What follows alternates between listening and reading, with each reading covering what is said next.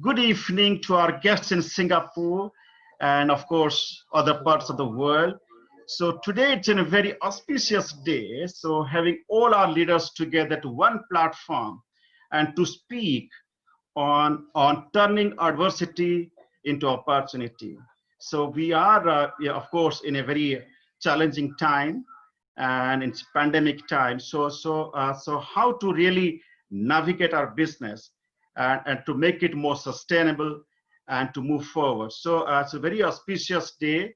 So Dr. Graham Wilson, he's our host for this special webinar. And so he has been part of IOD, and he's an integral part of IOD for around 3 decades now. So now over to Dr. Graham Wilson to take over and to be the main host for this program. So I'm requesting Dr. Graham to take over, please. Thank you very much, Manoj. Thank you. Welcome everybody. I'm really quite flattered to have been asked to try and moderate this group.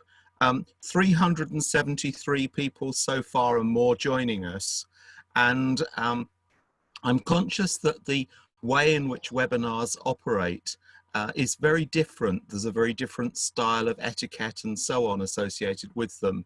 And I think we're all beginning to get used to this very different kind of way of working. I've been teaching throughout. The university that I work at migrated all of its courses online over the course of a weekend. And so it's been a very steep learning curve for all of us. But one of the things that I've found fascinating has been, well, 2 things actually I think have been particularly fascinating. The first one is that you're able to achieve a degree of intimacy and contact with students and with people that you perhaps wouldn't have been able to achieve in a classroom. It's so much easier to just drop out and have quiet conversations with people. So that's been a really interesting learning curve for me. The other one is about the style of dress. We've noticed that some students prefer to run their classes or sit in their classes on their bed. I've even had one who fell out of bed when she was trying to reconnect her charger. And the style of dress has been fascinating. And my partner and I had a conversation last night about whether I should wear a tie or not. And I decided that perhaps that would look a little bit over the top here. And I'm rather glad to notice that very few of the ladies are wearing ties, at least. So I'm not totally on my own, though I do see 1 or 2 ties amongst the gentlemen, which is very inspiring in lots of ways. You're not letting this get you down. So without any more ado, I'm going to ask Lieutenant General Ahluwalia to say a few words, and then we'll be breaking into our session with the 5 speakers. So General Ahluwalia.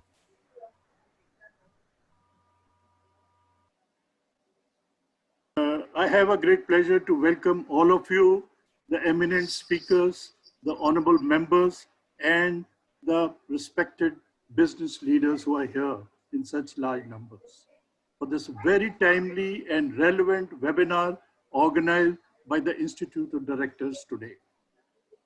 It will certainly cover valuable suggestions .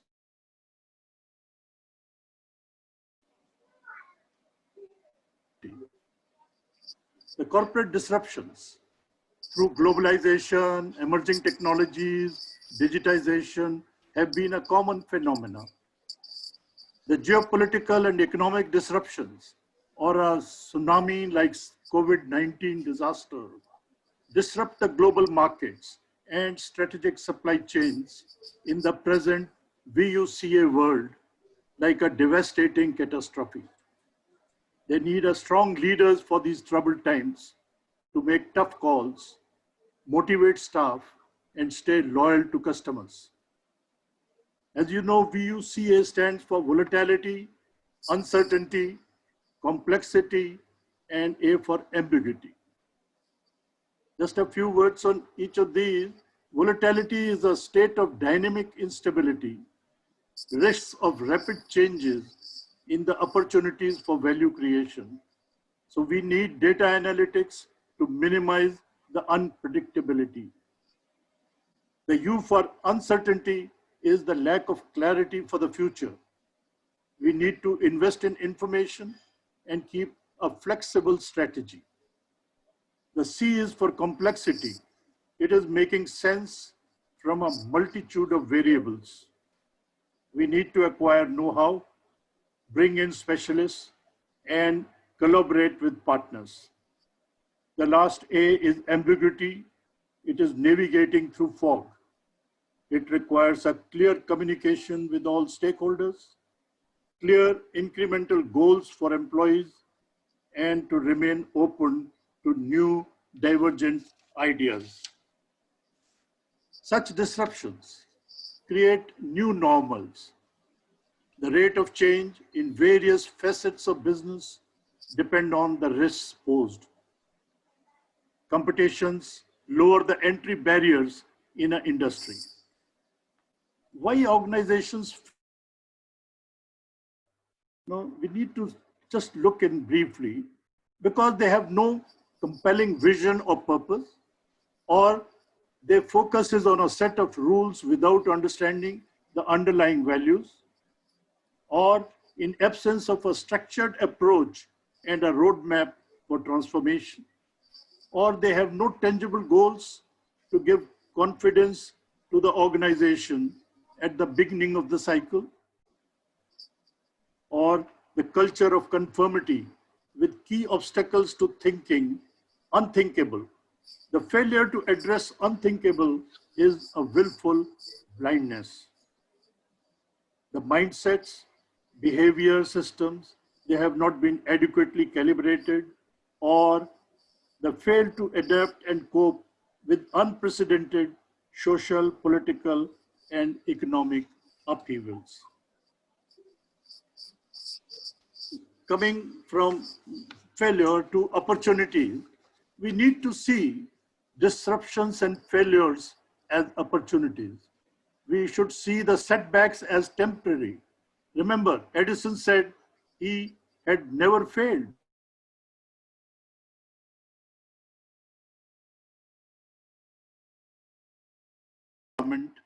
An agile operating model, speedily changing strategy for the crisis. We need to delegate authority to enhance flexible and speedy response for a quick change of decisions. Coming to the leadership required for it, for the transforming the balance, this turbulence into opportunity. Leaders are not born, nor leadership is a position or title. Both positions and power are always transient. The leaders help lead the way for the result-based firm to adapt living in VUCA, how to live in VUCA.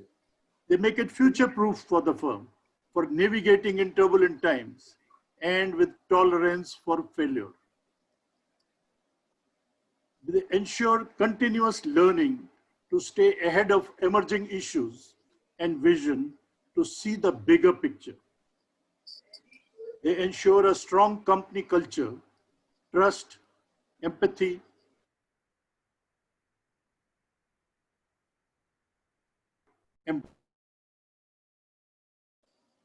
a customer-centric strategy, fast-paced delivery of greater value. The resonant leadership builds emotional intelligence and resonance. Leaders manage risks with determination and resolve to stay on the course. One of the sandbox approach to risk-taking, it's a sandbox approaches for an untested or untrusted ways of doing things. Now, this is what Deng Xiaoping in China, he, after the Cultural Revolution, tried on a big scale, set up the 4 specialist economic zones in sleepy fish villages and to experiment on capitalism. One such was Shenzhen. Today, it's a thriving megacity of 12 million with a world-class technology hub. The leadership traits include agility, adaptability, dynamic strategy, delegation, striking emotional connect with employees, and be their shield in volatile times. That is important. Sustainability, focus on a long-term horizon. Then, of course, maintaining the leadership pipelines. We need to build robust, future-ready, strong and diverse pool of leadership and creative talent pipelines to avert an organizational crisis. The Einstein summed up a leader as one who is out of cluster. He can bring out simplicity, out of discard, harmony, and out of disruption, opportunity. That is a leader. Coming down to the organizations, organizations are living organisms. They must grow to survive. They are agile and flexible. In fact, after every 20 years, you find you can't recognize the same organization.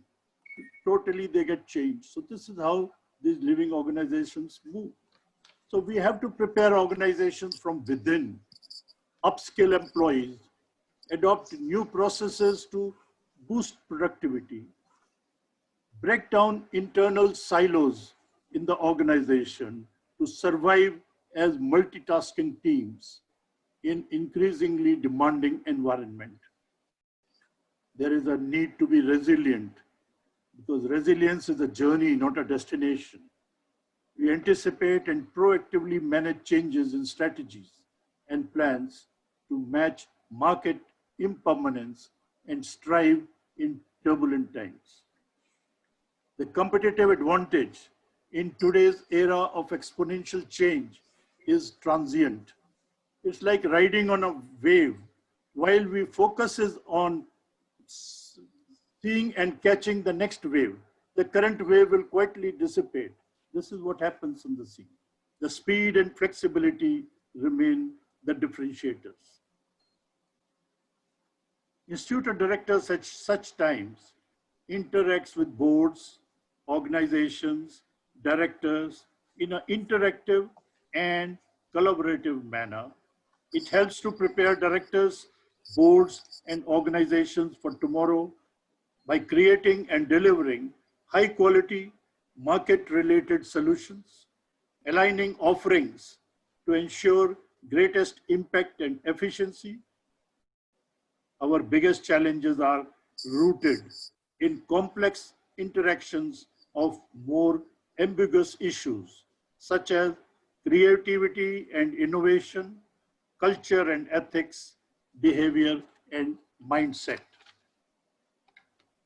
To conclude, these are the disruptive VUCA and COVID-19 crisis in which the business leaders and organizations are functioning today.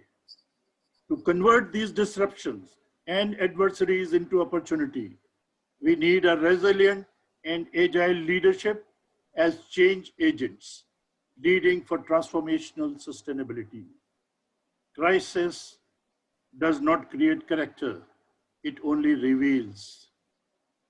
New frameworks are needed to navigate the uncharted waters of this crisis. I'm sure the discussion and the further this will certainly bring out a very many methods of how we need to go as leaders. Thank you very much. Thank you very much, General Ahluwalia. You've set the tone beautifully, and I noticed that there's actually comments in the chats saying what a great start. So thank you very much for setting the tone there for us. Thank you. I'm going to invite Baroness Verma now, who is the chairperson of the Global IOD's Advisory Council, to address us. Sandy Verma, if you'd like to say a few words.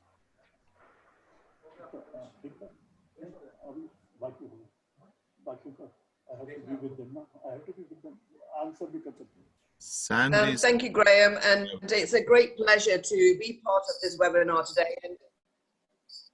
And General, you've set the tone.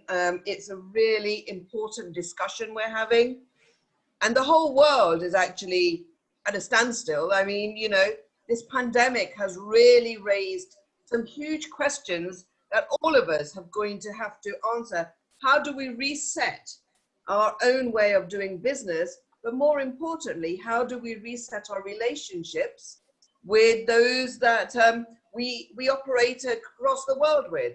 So there's going to be some fundamental changes. We're going to have to incorporate those, but it's also an opportunity, I see, as really taking out some of those old traditional ways of working, which were actually blockers for progress.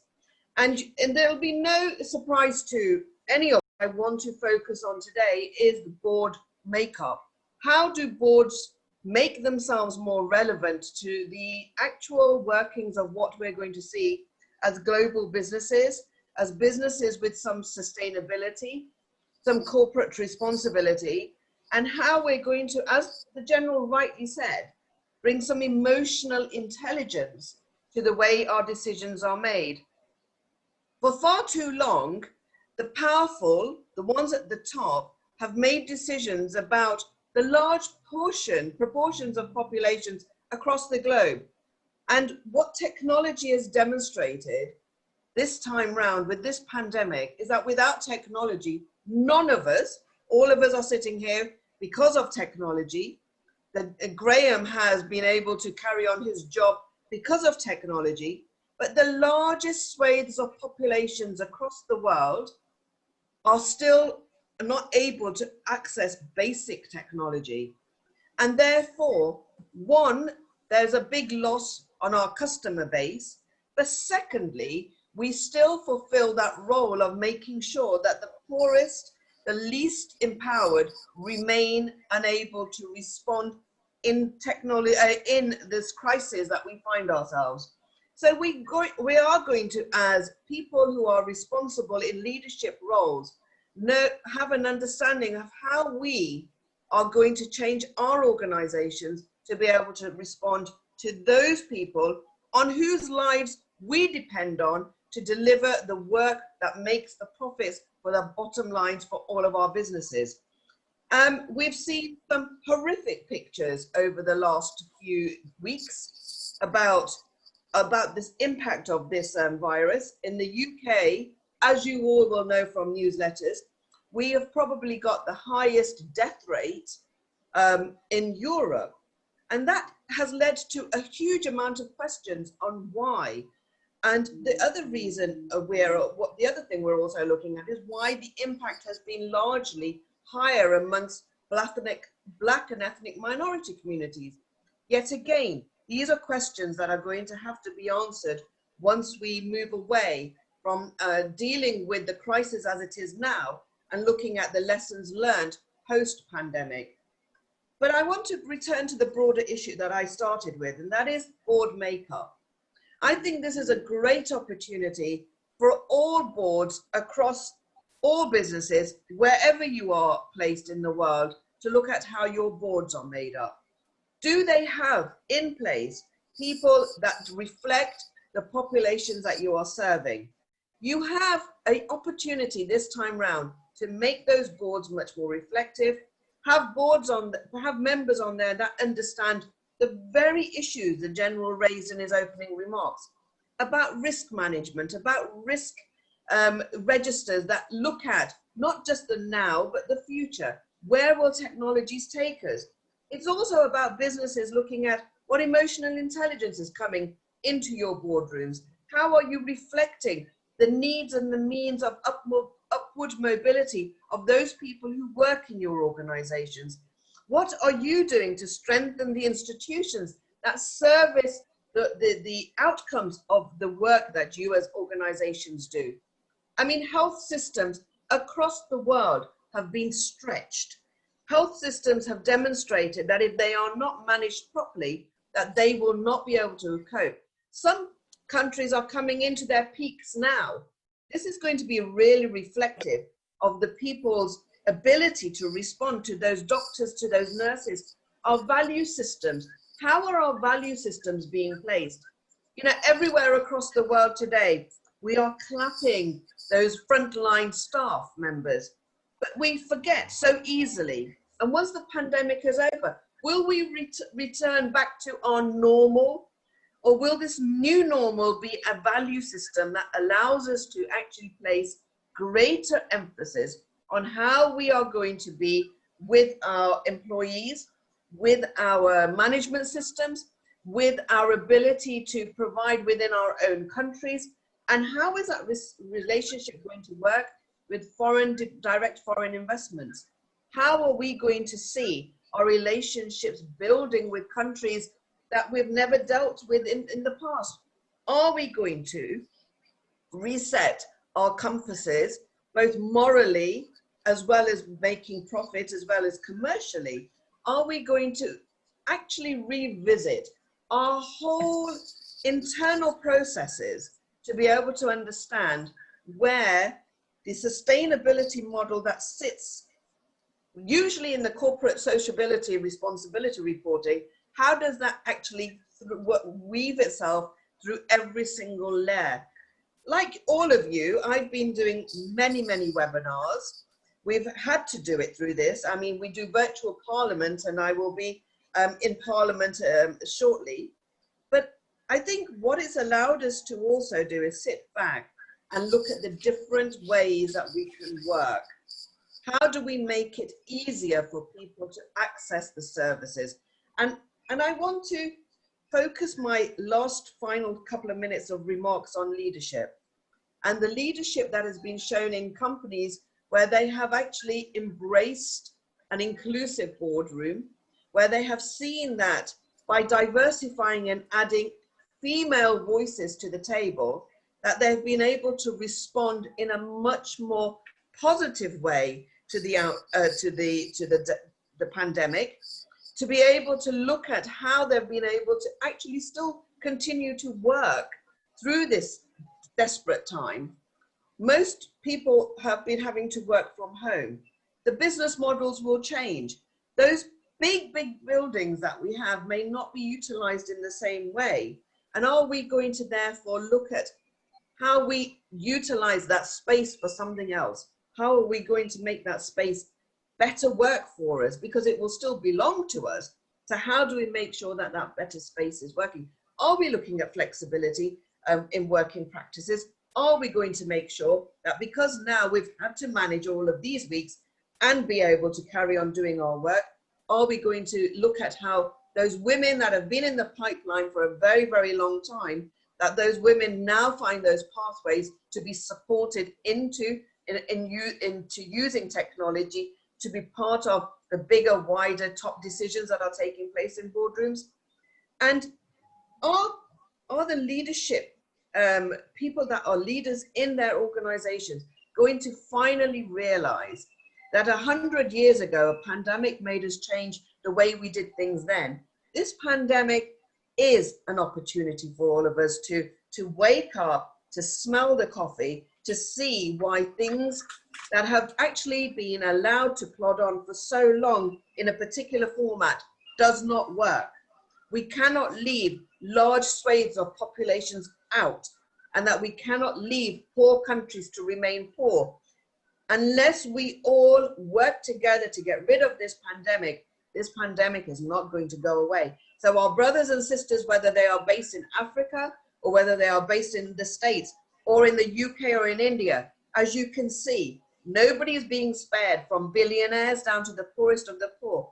We have got a duty to be able to look and unthread some of the mistakes that we've made over decades and realign ourselves into working in a kinder, more gentler, more professional way where we value. So our value systems, our value chains actually become much more workable for us, for our workforce, for our customers, and for our businesses elsewhere. So, General, I am so pleased that you brought this webinar on board. This webinar gives us all time to really reflect, look at ourselves, and to be able to then answer some of the bigger questions. I just want to leave with one thought. It has been difficult for all of us. We should be grateful we are still here alive on the planet, but we should really think about all of those that have lost loved ones and they have had to manage this pain by themselves. Thank you very much, General. Thank you very much, Baroness Verma. I think you've really set the tone there. This is not a time for us to sit and contemplate our navels. It's time to actually be looking ahead and using this as an opportunity to reset. And I think that reset is a very important word. And I think it's wonderful that you've brought in the concept of us resetting our moral compasses as well as other compasses. This really is a time for us to seize the opportunity to reflect and to make change happen. So thank you so much for stirring us into that chain of thought. I think very important. Unfortunately, I understand that Dr. Tayyab Kamali, who is from the UAE and is the IOD's representative there, hasn't been able to join us today. So we're going to move on swiftly to Atal Tamernika, who is the IOD's representative from Singapore. And I'm going to ask him if he'd like to say some words.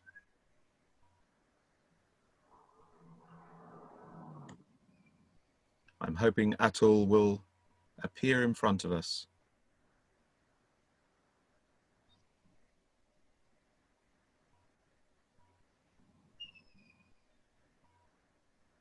Do we have Atul present?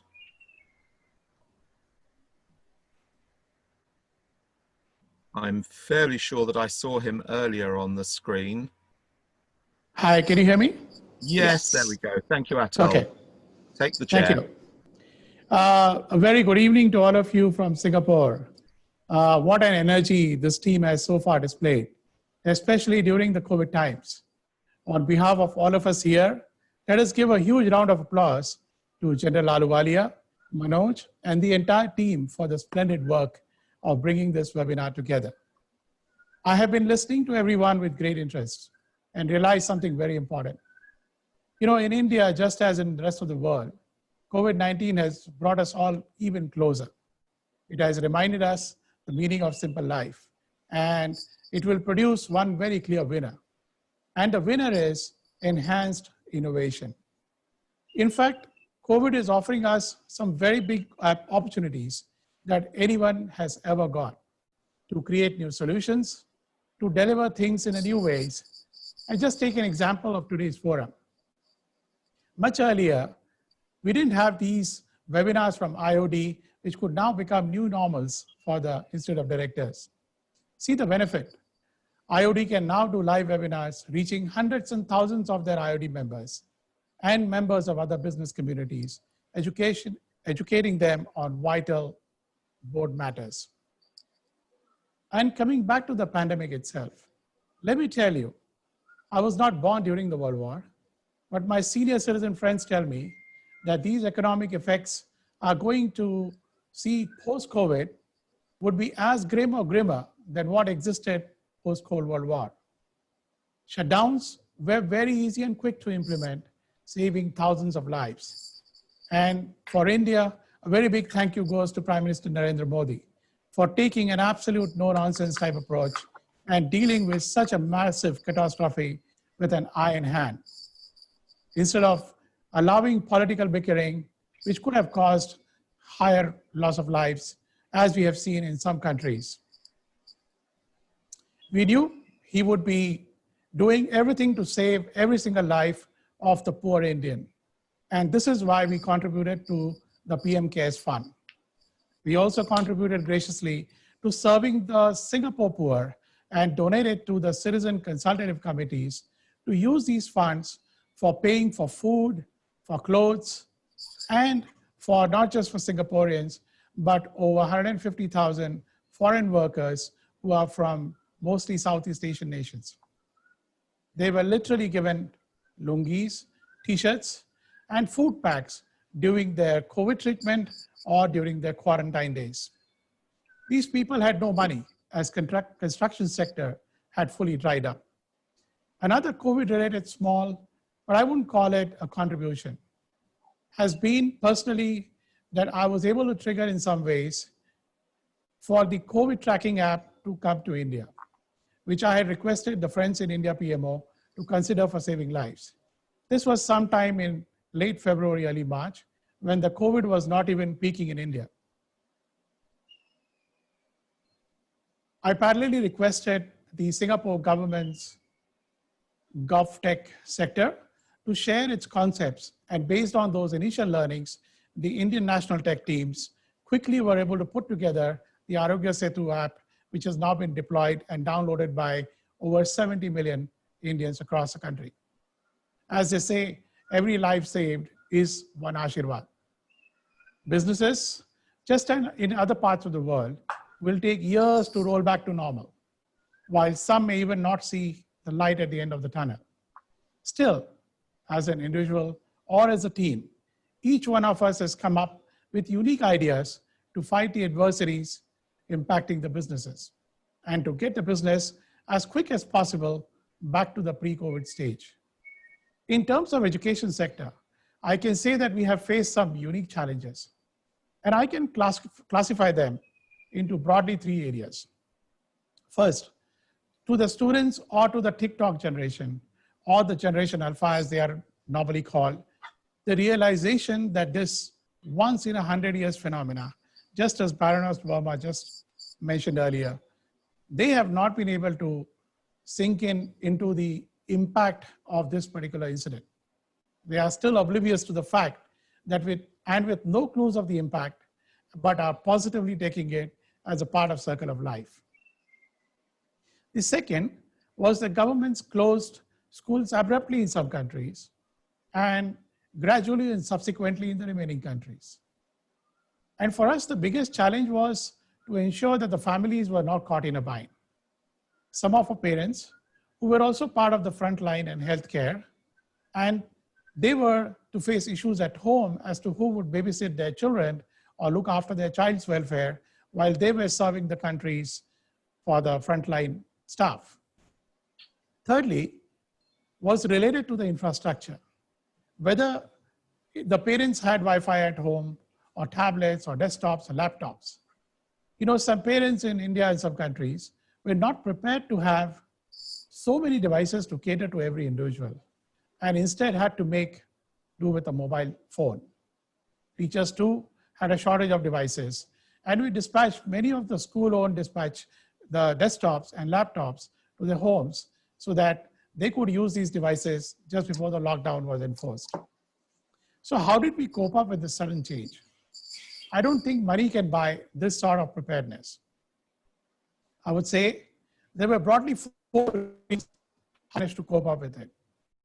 The first reason was to have a crystal clear vision on becoming the so-called Harvard of schools. Secondly, thanks to the School of the Future initiative by the Global Schools Foundation.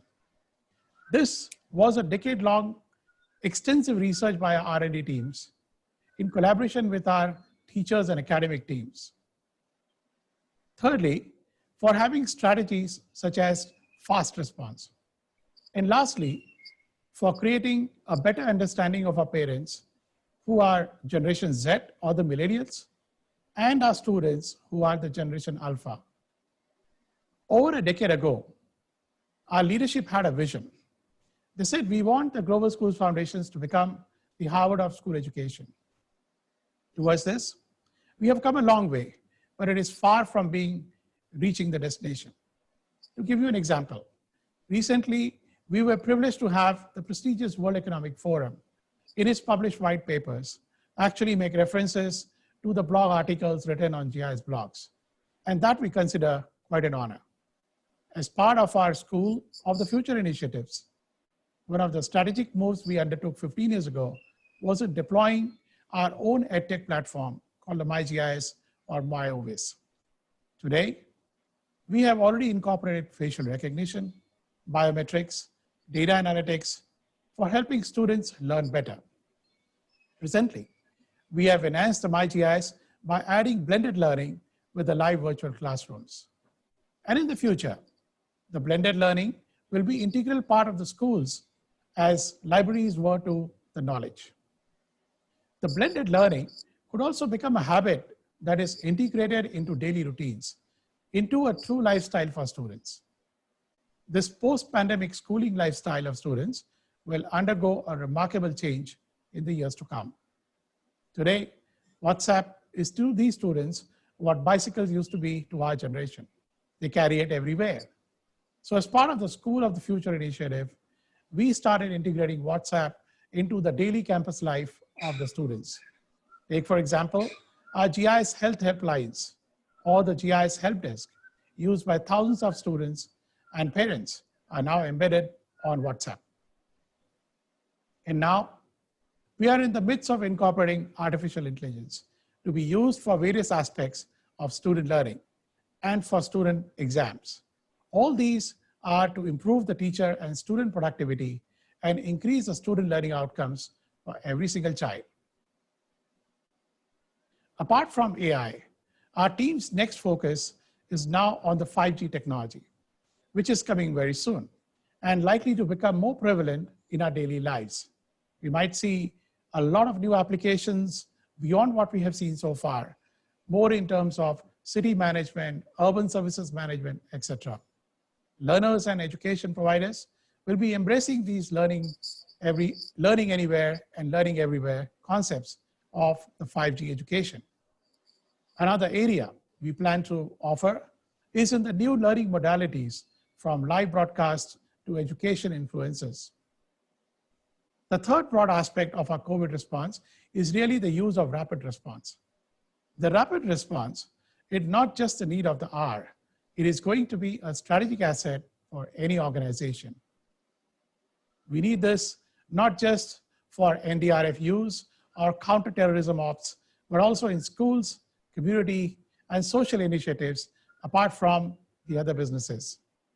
The rapid response that our schools demonstrated in adapting to the COVID situation has helped us gain worldwide support from the student and parent communities, and they have responded very positively.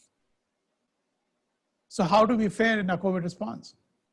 We can proudly say that we have achieved a fair amount of success during these last 50 days of COVID, giving a totally seamless learning experience for all our students across the 6 countries.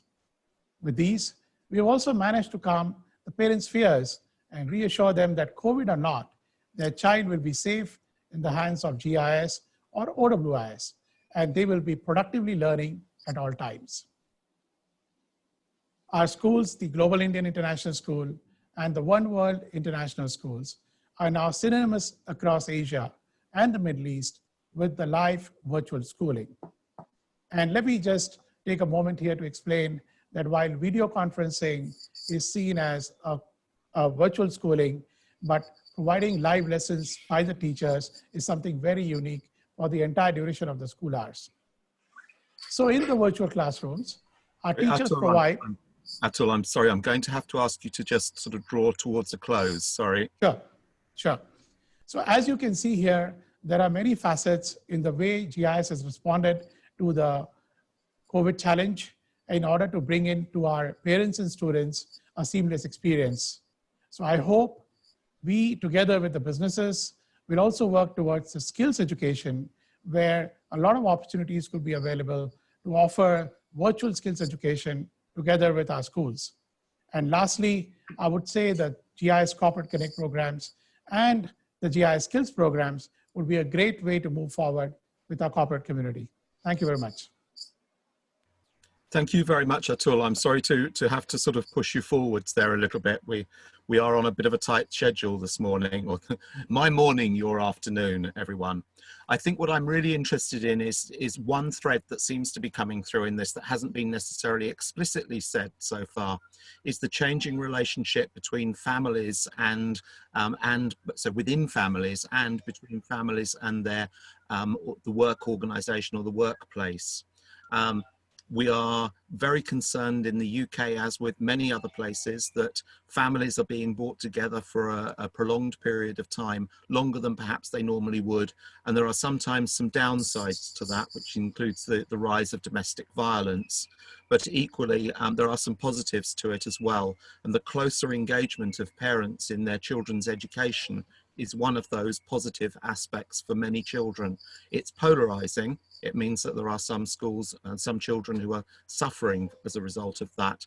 But that changing relationship is something that the school sector needs to seize hold of and make something of. And I think your comments about blended learning are a very good example of how that is manifesting itself. So thank you very much indeed, Atul. Another set of stimulating thoughts for us all to be working with even if we are not in the education sector, then there are things that we can learn here about the way in which organizations engage with their communities and the way in which we take a strategic role in changing society. So thank you very much indeed, Atul. I happen to have been given a few minutes as well here, and so I'm going to have a go at trying pushing the technology a little bit by seeing if I can share the screen, but it doesn't look like I'm going to, so we will abort that idea. What I wanted to do was to pick up on the theme of turning adversity into opportunity, and oh, I've been given the screen now by the looks of it. Let me see if I can make that change. Share that one. You're on. Right, looks like I'm getting there, so hold on a second.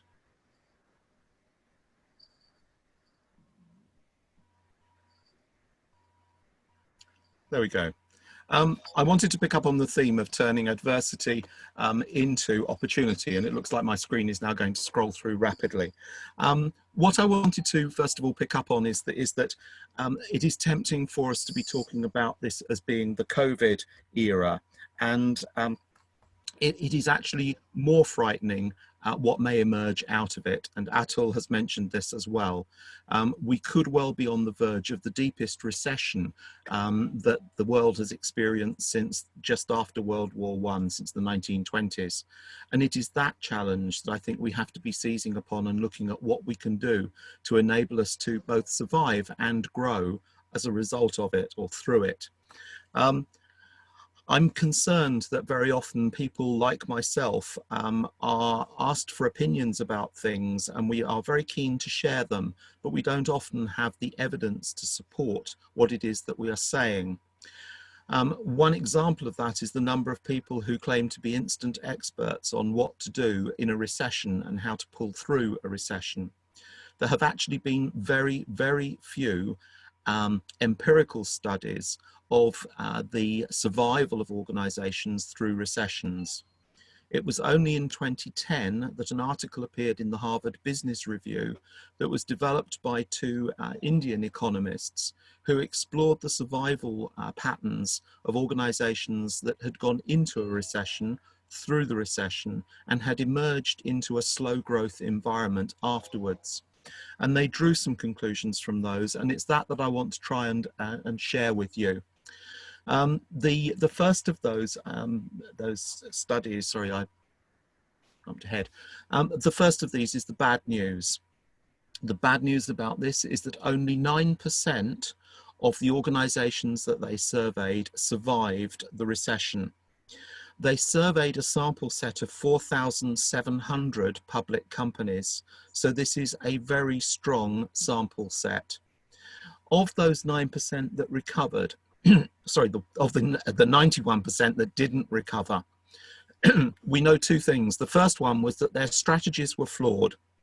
The two strategies that they adopted were, first of all, to cut costs fast and deep. We discovered that those organizations have a 25% chance compared with the ones that pulled through. In other words, 75% chance of failure if they adopt that strategy. The second strategy that was adopted by some of these organizations that subsequently failed was to invest more. Excuse me. The problem was that they invested in bargains. They saw competitors coming up for sale that they thought they could seize at a low cost and then strip the assets from them. Unfortunately, that strategy failed again. And yet again, of those organizations that adopted it, only 25% of those were successful. 3/4 of them subsequently failed. So let's have a look at what were the four strategies that these organizations did adopt that succeeded, this small proportion of organizations that did pull through the recession. Now, just to explain what they mean by pulling through the recession, they were concerned with their behavior 3 years before, during the recession, and then for the 3-year period afterwards. Now, in most recessions, they last for more than a year. So we're talking of 7 or more years of economic performance for each of these companies. The significance of that is that if you look at the natural life cycle of organizations, many medium-sized enterprises don't last more than 10 years. So this is a profound part of many organizations' overall longevity. So what were the 4 strategies that they adopted? The first one was that although they did reduce costs, they only did it by reducing operational costs, by making themselves more efficient. So their focus throughout was on improving efficiency. The second strategy was that their investment was focused on 3 main areas: marketing, research and development, and building new assets. Rather than investing in these cheap bargains that they could see available on the marketplace, they took a much longer term view. They focused on their research and development, and they acquired assets that enabled them to move into, if necessary, new fields.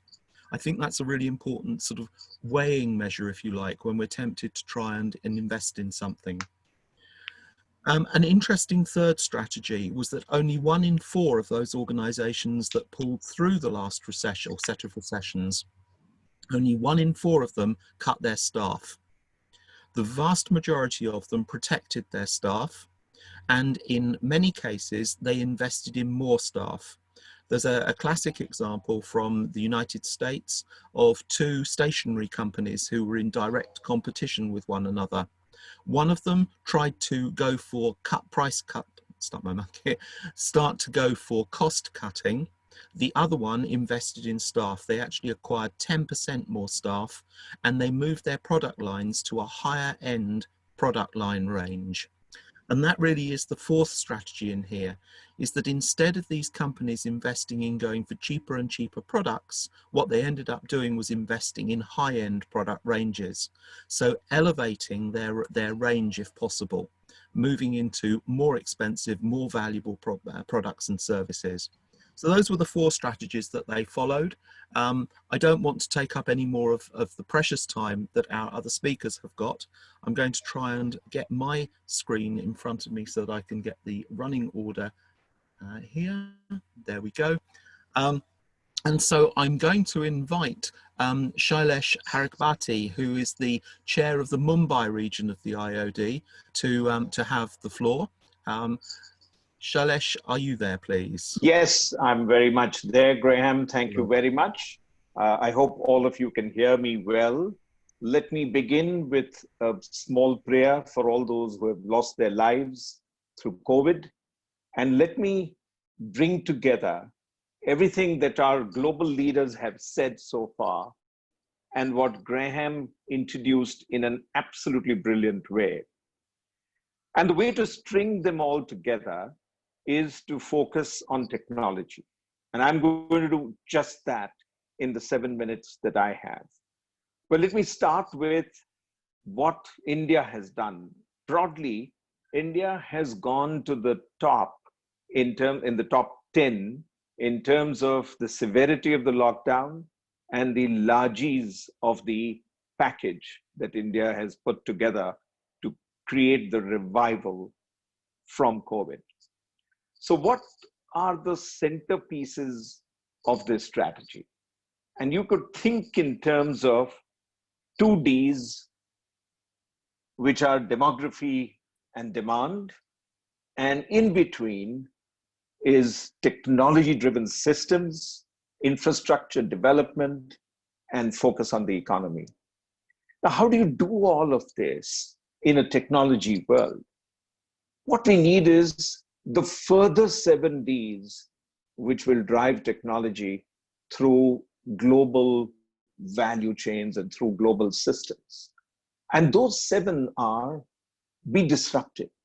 I think the time has come to actually proactively disrupt along the lines that Graham's presentation's last slide talked about.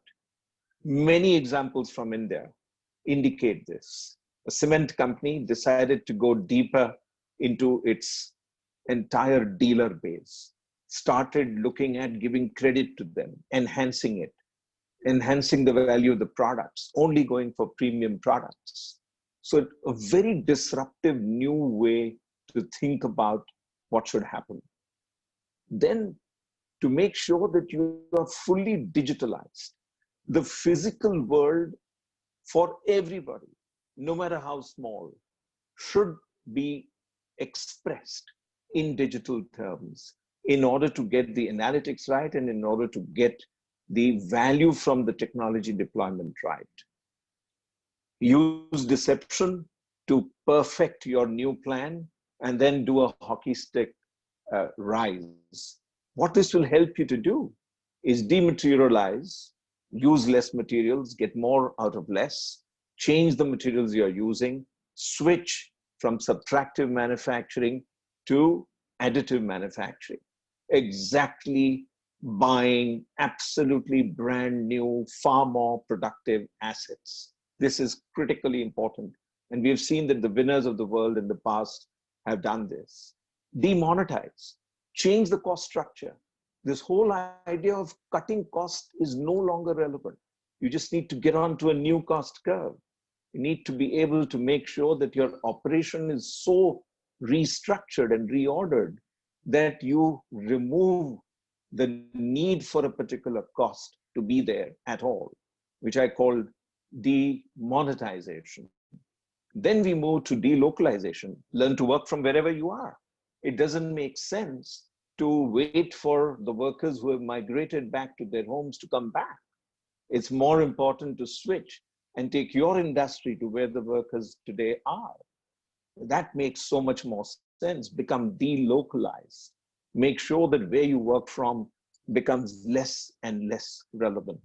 And finally, democratize. Make sure that your products and services are available to a very large number of people.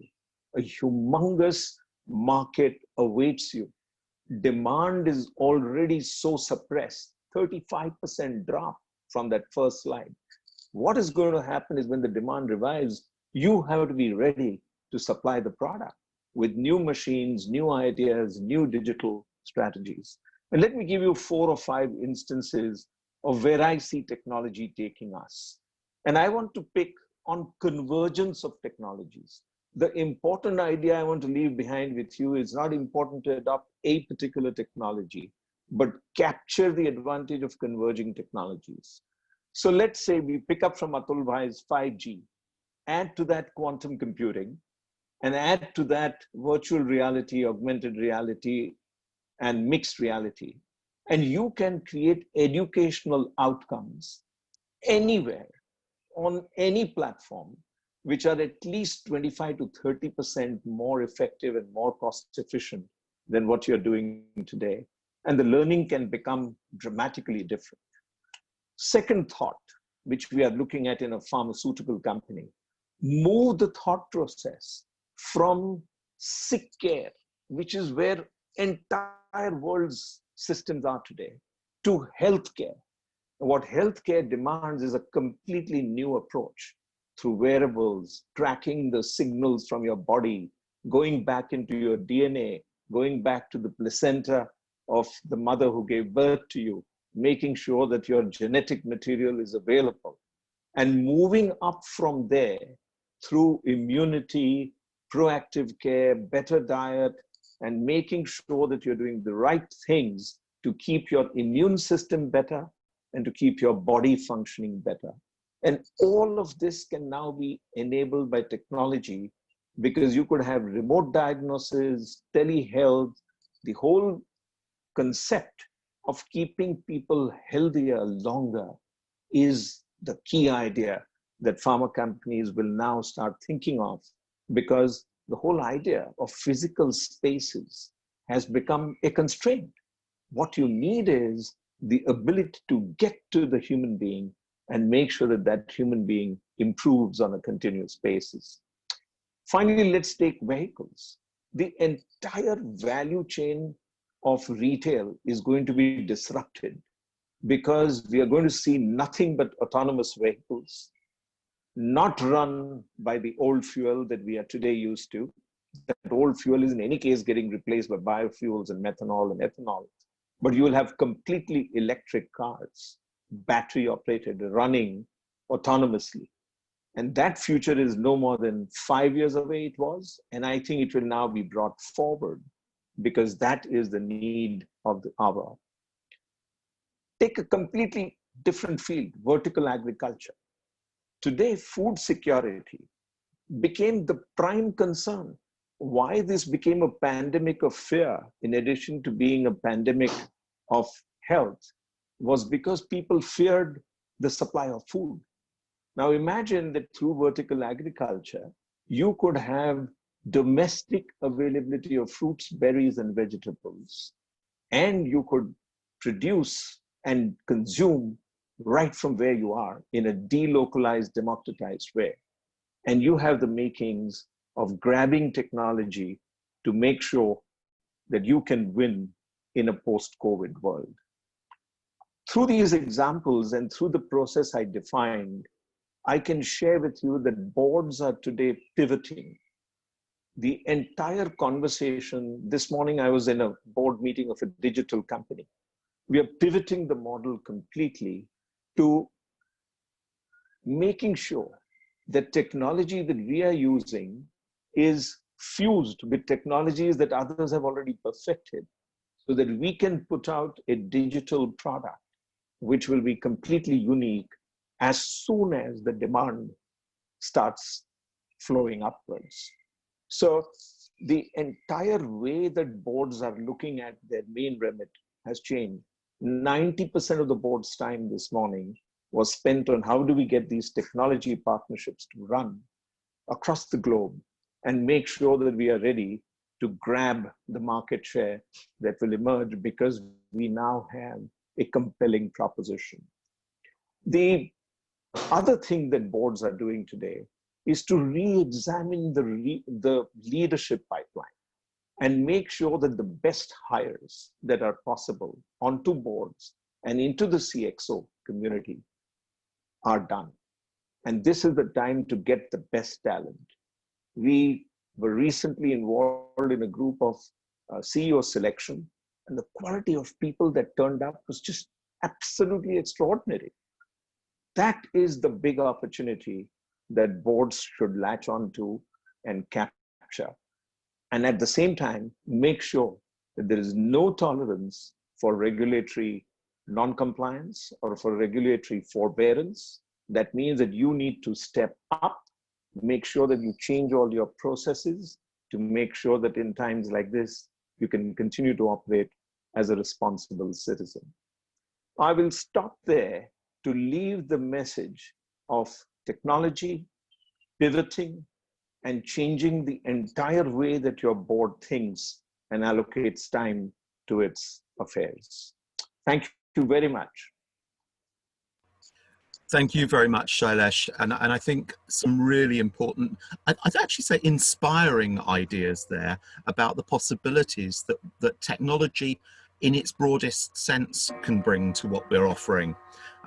So I'm not going to hog the line any longer. I'm going to hand over to Arun Balakrishnan, who is the chairman for the Bengaluru region of the IOD. Is Arun there, please?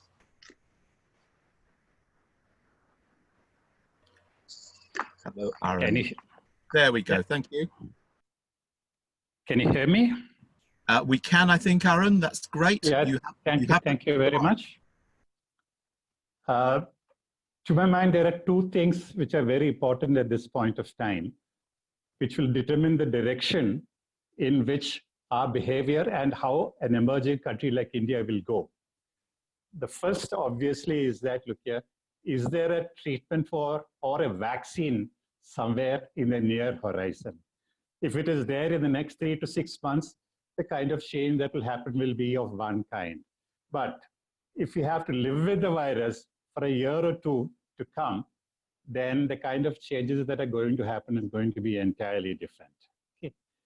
The second is that some of the larger changes that are going to happen is because of the big fight which is going to happen, not a physical fight, but the emotional issues which countries across the world are having against China, and their intention to move away from China, which is today the factory of the world.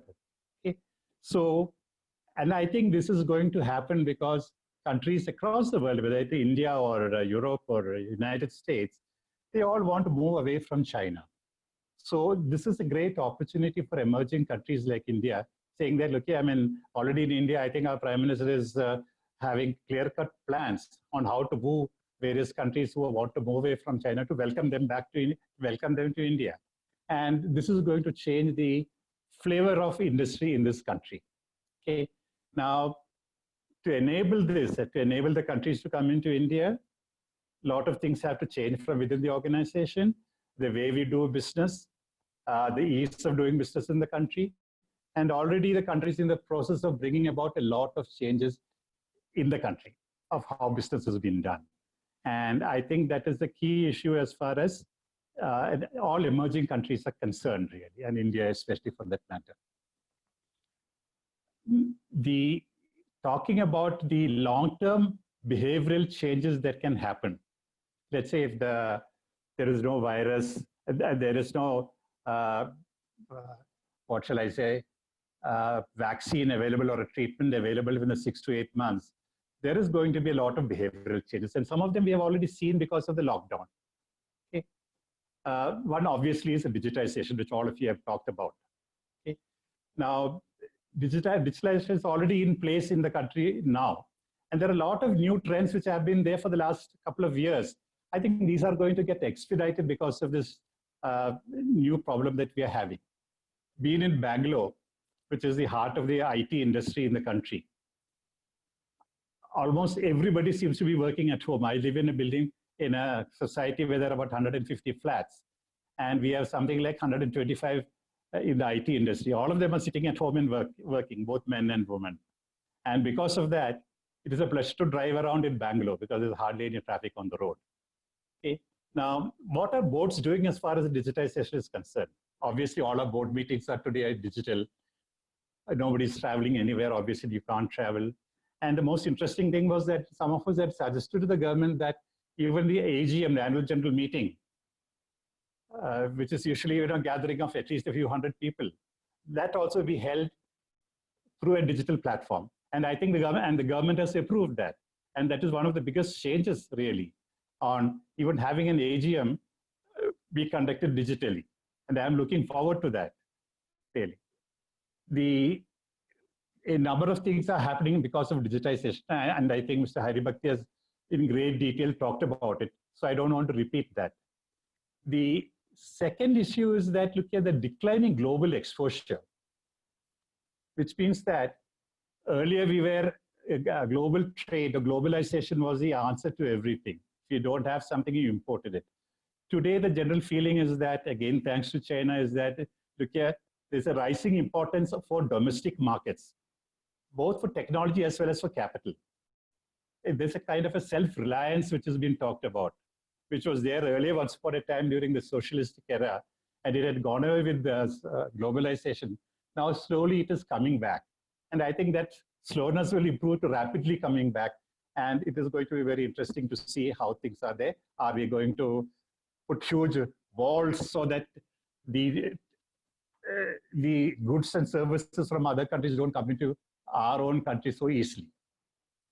The third item, which I think that is going to happen, is that there is a rising competitive intensity that is going to happen. This again has been dealt with by the other speakers as well. The sense that technology and agility will drive winners to capture the lion's share of the industrial value. Okay, you talked about the Harvard Business School study about 2 Indians, the survey that they had done about companies which survived the recession. I think the key there was that apart from the taking care of their people, it was actually technology and the agility which were driving them to continue their business and to capture the lion's share of the industrial value. Fourth thing which comes to my mind is that what is the behavior of the young consumers? There was a McKinsey study recently which I was reading, which essentially talked about what was happening in China. Because China is a place where they have gone through whatever we are going through a little earlier. So a lot of things which has happening there will give us a good indication of perhaps what can happen to us as well. There I understand the young consumers are becoming much more prudent and health conscious. And that is very surprising. Normally, it is the younger age group who are in the 30s and 40s. They are the ones who sustain the economy by spending more and more money. I believe in China, they have become very cautious. They're very conscious about their health as well as their money that they have. And this can bring in a lot of changes in the kind of goods and services that are going to be in demand in our country as well. And the fifth one is the private and social sectors setup. You would have heard our Prime Minister talk about this. There is a discourse the government can do, and they are saying that the private sector will have to step in, not just in production of goods and services, but also playing a very stronger social and economical role, where today the government and the public sector is doing that kind of work. So it is quite inevitable that the private sector should also be getting into these kind of roles. If not voluntarily, at least there'll be a lot of pressure from the people and from the governments to do so. To digitization, there'll be a chain reaction. And I think that what the chain reaction will be because of this shutdown and digitization that is happening. I think I would say is that look at the offshoots of what is happening because of that.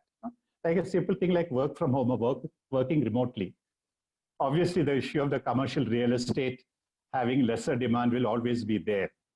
The second is that the automotive industry is going to have a big problem because we are all working at home, and the need for that kind of production of especially two-wheelers. India produces something like 6 to 8 million two-wheelers every year. Now, the impact on that will be very, very high if you're working at home. And obviously, in a city like Bangalore, when driving around was a nightmare. When I stepped out to drive yesterday, I mean, it was so comfortable. It was such a pleasure. Though Bangalore has already opened up to almost 80 to 90% really.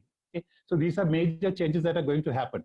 And as an offshoot of that, the oil industry is going to have a problem. Again, I think it was again Mr. Haribakir talking about electric cars. In my opinion, it is not going to be electric cars. It is going to evolve to something else. It is going to be hydrogen-based fuel cell-powered cars. Because if you are talking about electric cars, you have to produce electricity from somewhere, and that is again is going to impact the environment. And the issue is that today, people are finding it so comfortable breathing fresh air that I don't think the public and the government is going to let this beautiful atmosphere to get diluted once again. So this is another issue which comes to my mind. Analyzing what is happening to the economy, you have to go really sector-wise. And I don't want to go through all the sectors, but the ones which really come to my mind is today is like, travel, leisure, and tourism, totally impacted. And the interesting thing is that there was another study which again talked about what is happening in China, is that the people were not traveling longer distance by flight or by taking a train, but people were still, the tourism industry was still opening up, wherein people could travel shorter distance, like a few hours driving down to another spot because they are tired of sitting in the home locked up for such a long period. Agriculture is another area which I found was very interesting here, again, living in Bangalore. Sorry, Aaron, Aaron, I'm going to have to ask you just to sort of move forward. We're up to 10 minutes, I'm afraid. So could you... okay, fine, right. Okay. This was the last point in any case. See, agriculture, earlier we used to go to a department store and buy fruits and vegetables. Today in Bangalore, what is happening is that the farmers within near the city, they all come with their trucks and come to the housing societies, and we get the freshest of fruits and vegetables for us. And I think now that they have learned to live without a middleman there, I think they are going to continue with that. So let me stop at this point of time. So there are a lot of other things which I want to talk about, probably when we discuss things and when the questions come, all those issues can come into play. So thank you very much at this point of time. Thank you very much. And I've been watching the chat script as it's going along alongside people speaking. And it's very obvious that your presentation there and the changes in the nature of the marketplace are things that people are very interested in. So I hope that we will get to hear a slightly more detailed version of some of your observations, because they're clearly right on the ball. So thank you very much for that. We are entering a time where we have to look at a very different distribution of the buying patterns of our customers, and the whole nature of markets changing. So thank you very much for raising that. I'm going to move on. The next speaker is Suresh Chukapali, who is the chairman of the Telangana and Andhra Pradesh region for the IOD. Can I ask Suresh to take the mic? Hi, Graham. Suresh here. Good afternoon. Are you able to hear me? I am, yes. Thank you very much. Fire away. Okay. Yes. Are you able to see me? I don't see. I can certainly see you, Suresh. Okay. Okay. Great. Fingers crossed. Great. Do you want me to continue? Please do. Okay. I would like to make two relevant points from my side. One, on the industry's perspective, as I understood in terms of COVID-19 and what is happening in India, and more importantly in a place like Hyderabad. Two, I would also like to discuss with you all regarding my other responsibility.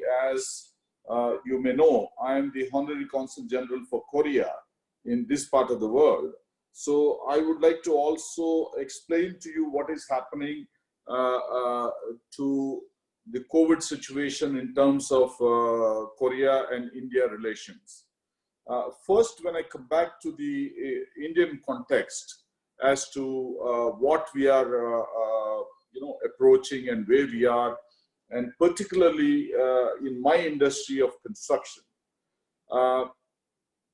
it is a big setback to the entire construction industry.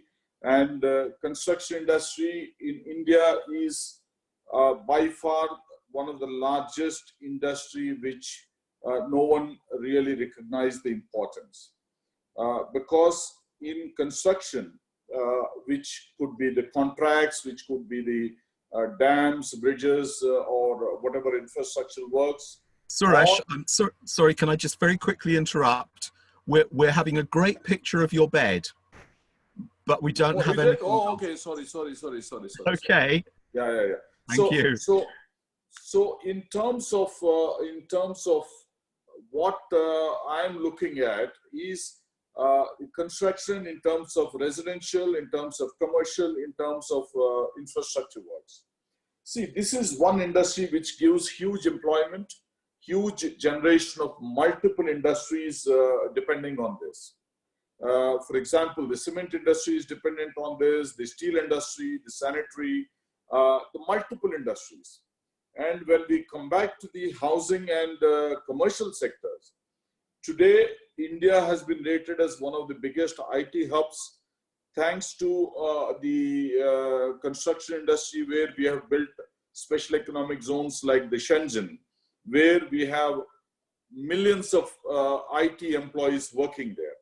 See, today, I am not too much worried about the culture of technology or work from home, because this is going to be a short-term phase for all of us.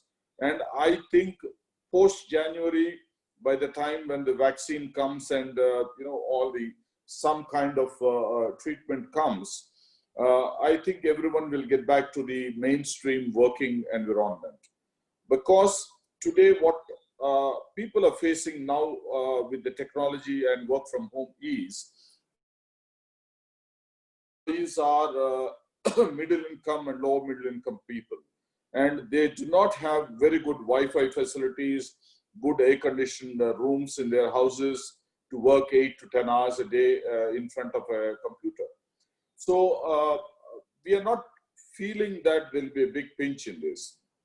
Coming back to the industry per se, I'm only hoping that government recognizes the requirement of supporting the industry and taking it as an advantage. Because today what is happening is, unless a government gives a lot of reliefs in terms of interest and other capital reliefs, the industry might collapse in a big way. Second thing is, we have seen migrant laborers. The country today has millions of migrant laborers, and in the last 1 month, we have been seeing that they wanted to go back to their hometowns. And all these migrant laborers are dependent on construction. So that is one part of the whole story. The second thing is, when you want to take advantage of this diversity or whatever is happening today, the pandemic has shown very clearly that we cannot depend anymore on China. So manufacturing is likely to move at least 20 to 30% to India, maybe balanced to Vietnam and other countries. So we are going to take a big advantage of that, most importantly in medium and small industries.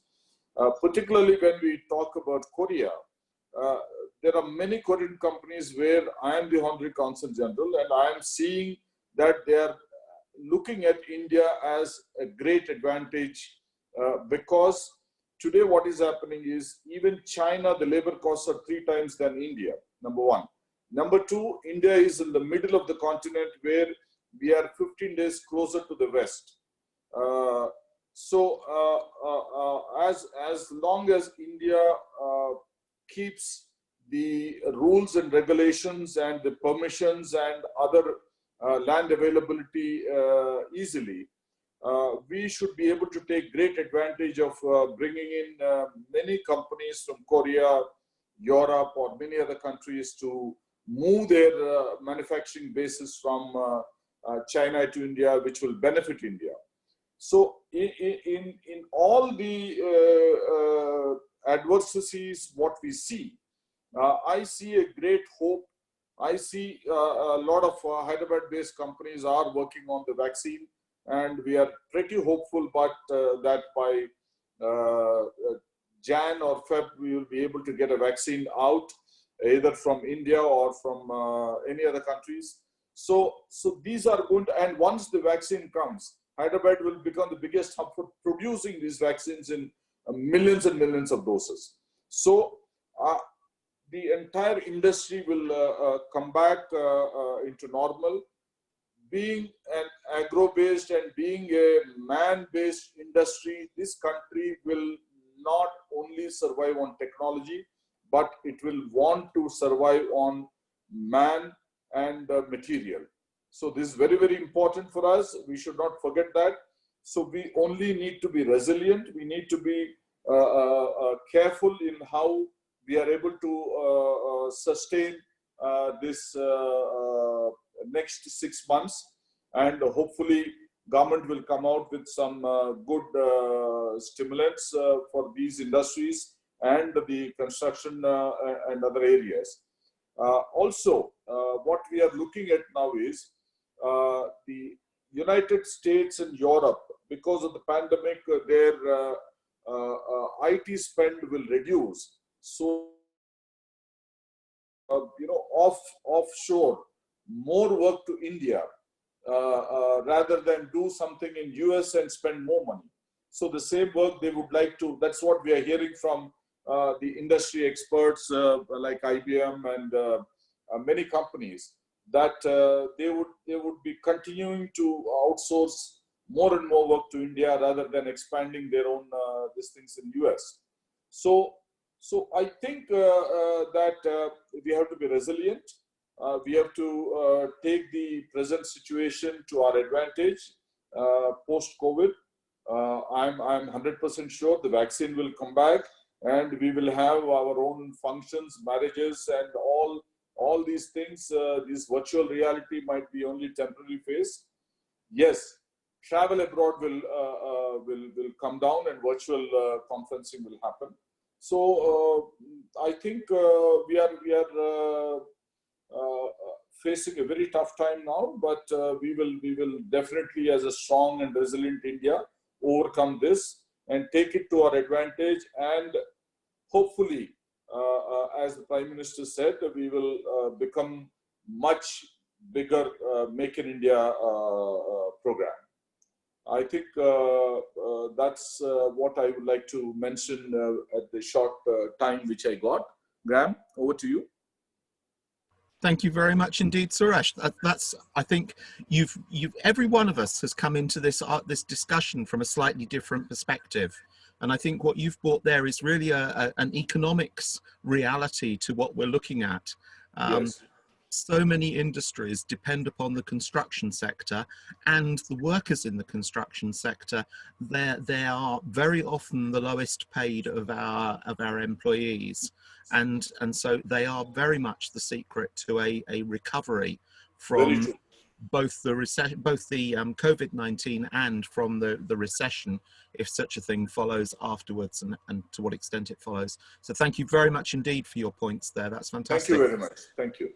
Let me now move on. We have the last speaker, who is Sundara Rajan, who is the chairman of the IOD's Chennai branch area. Could I ask Sundara to take the microphone? Is he there? Hello, Sundara. Can you hear me? Yes, I can. That's marvelous. Right. Thank you, Sundara. Yeah, for want of time, I thought to cover two aspects. What is the qualitative aspects expected of the board, as well as the operative aspects. As operative aspects has already been covered, I would like to confine myself to the qualitative aspects of this. When we hear the term adversity, we start avoiding it. In fact, adversity is a great teacher. This is one's chance to gain valuable insight, to truly learn from the circumstances and build a resilience. Sundara, you're a bit close to the microphone and we're getting a little bit of distortion. That's okay. Is it okay now? Is it okay now? Yeah, that's fine. Yeah, okay. I was just saying that the adversity is a great teacher. This is one chance to gain valuable insight, truly learn from the circumstances, and build a resilience. Adversity often presents opportunities one otherwise might miss.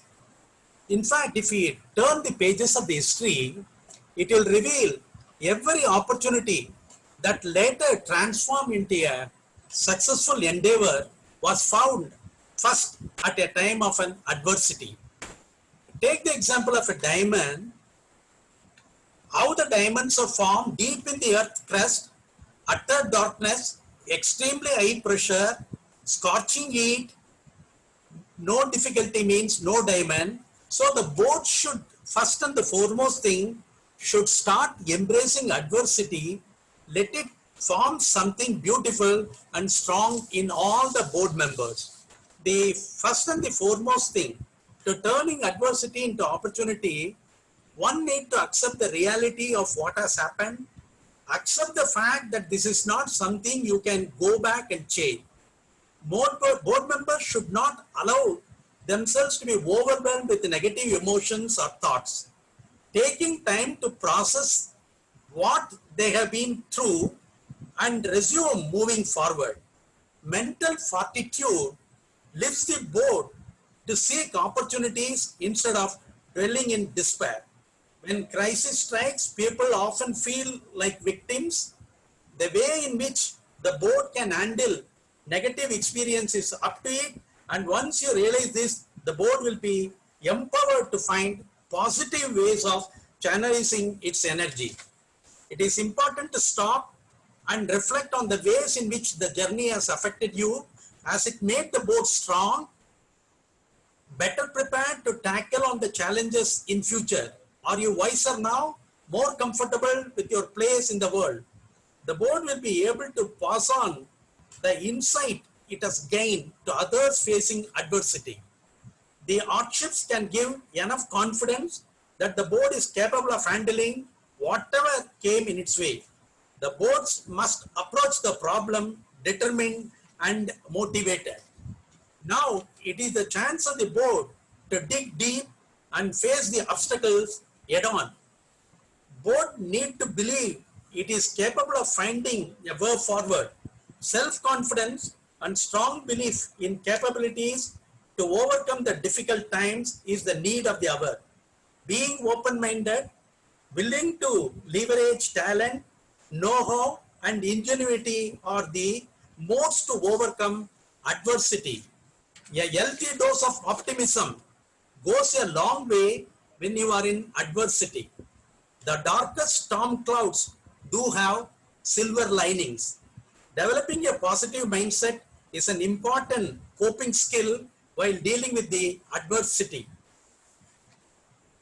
Now, from the operational aspects, I will make it, Professor Graham, as short as possible. From the operational aspect, first thing, look after employees first, followed by customers and suppliers. It will pay off in the long run, as each group will certainly remember how you treated them during that difficult time. The profits or dividends will come later if you make a right decision and make moves now. Now keep employees working under the safest possible condition. Protecting employees' health is not just a human thing to do. It can also help a business ramp back home more quickly when the risks subside. It can also engender greater loyalty among the employees. Companies with some liquidity should consider using it to help small and weaker customers and suppliers. A quick recovery from customers means increased demand for goods and service. If supplies don't recover quickly, if suppliers do not recover quickly, companies won't be able to ramp up production to meet the increased demand and may lose the share to the competitors. Strong companies with good liquidity should continue to pursue the most promising business opportunities and use the crisis to strengthen their long-term competitive positions. Companies that invested through the previous downturn emerged stronger and were able to generate higher return than competitors once the crisis was over. Regarding talent, it may also be a good time to look for ways and means of bringing in new talents, attract people from the weaker companies. Many companies have cut dividends and share purchase as a matter of survival, especially those companies that are facing large layoff. That should be a perfect communication of short-term execution of the long-term plans, not short-term guidance. Recovering revenue is one of the important tasks in the post-COVID region. This will need tremendously rethink their revenue profile and position themselves for the long term and to get ahead of their competitors. We need to identify primary source of revenue. Probably we may have to redesign the operation and supply chains to protect against a wider and more acute range of potential shocks. The once prevalent global sourcing model in product-driven value chain has steadily declined as the new technologies and consumer demand pattern encourage into a regionalization of supply chains. Rethinking in the organization is required. Who we are, how we work, how do we grow, and as rightly pointed out by Mr. Shailesh, we need to accelerate the digital adoption to enable reimagination, refocus on digital efforts to reflect changing customer expectations, use data, Internet of Things, and artificial intelligence to better manage operations, accelerate technological modernization, increase the speed of productivity of digital adoption. I had a temptation, I read somewhere that using the artificial intelligence, some of the companies have also constituted one of the directors as an artificial intelligence person. Probably this is the time where we need to have this artificial intelligence director in the boardroom to check and counter check what we are doing is right. Thank you, Professor Graham. Thank you for the opportunity. Thank you very much, Sundara. I think you've come back in a way to the point that Baroness Verma was making about the importance of diversity on the board, but I think you're the first person to have suggested that we have an artificially intelligent director. I think the concept could be an anathema to one or two people, but that's fantastic. So thank you very much indeed for your contribution. I'm noticing the chat script, and there are people who are saying it's already time to finish, and I appreciate that. I also would like to acknowledge the fantastic questions that are coming up on there. I think if anything, this seminar has managed to stimulate the thinking of so many different people here. I'm going to invite Ashok Kapoor to say a few words just to draw us to a close. But thank you all very much indeed for your contributions. Thank you to the panelists. I hope that everybody has enjoyed this, and I hope that we've set a precedent for future webinars for the IOD. Ashok Kapoor, can I ask you to take the microphone?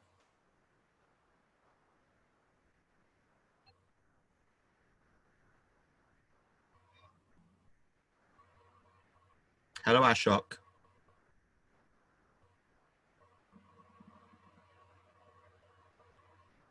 We seem to have lost Ashok. Thank you. Oh, there he is. On behalf of the Institute of Directors, we are indeed grateful to all our distinguished speakers, experts who have come together for this pioneering webinar at such short notice. We are especially grateful to our experts from UK, from Singapore, to be with us. Friends, as Graham rightly said, that he was a little particular that he's not wearing a tie. I said in IOD, we plan to give more importance to strengthening our human ties rather than wearing cloth ties. And this webinar is a source of great encouragement. And as the tone was set by the president, that the USP of the Institute of Directors has always been to keep the directors future ready. And I think it has come out to be literally and figuratively true that now the future is not going to be what it was, but future making directors future ready will be our USP now. And we have noted, personally, I have noted many of the very important points made by our distinguished speakers about the increasing role of boards in being resilient, in corporate social responsibility, in use of technology, and chartering new areas. So I am thankful to all of you, and I can assure you that this is the beginning of the IOD's new role as a keeping the board directors future ready. Thank you, all of you. And I must also thank our various viewers from all over India who have really, and some of them from abroad, including Europe, Portugal, and all, for giving us such an encouraging first response. Friends, this is the beginning of a new normal with IOD, that we'll be interacting with you and maintain our and strengthen our ties in future to the problems that have been outlined by various speakers. Thank you all.